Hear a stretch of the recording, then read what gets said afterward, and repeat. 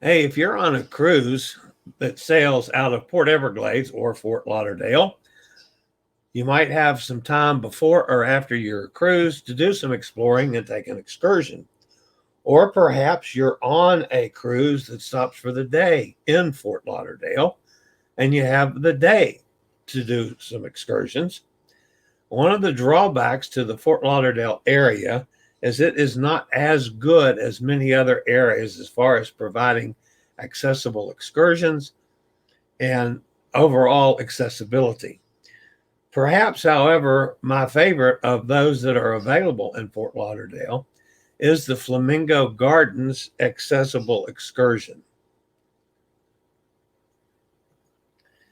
Founded in 1927, Flamingo Gardens was originally the property of Floyd and Jane Wray, who built a home in Citrus Grove in 1933. At the time, it was at the edge of the Everglades where they started a collection of tropical and subtropical fruit trees and shrubs. The Wray home still stands today. In fact, it's a museum illustrating a country home in the early 1930s, and of course is there on the property of Flamingo Gardens. An admission ticket to the Flamingo Gardens Botanical Garden and Everglades Wildlife Sanctuary is a ticket to see not only the house, but also the rare tropical paradise, a wildlife sanctuary, aviary, and botanical gardens that's located just west of Fort Lauderdale.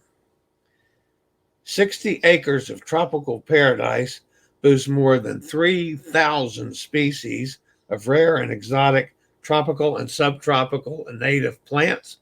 The Arboretum has some of the largest trees in the entire state of Florida, and the Wildlife Sanctuary is home to native Florida animals like alligators, bobcats, and of course, the familiar and famous flamingos.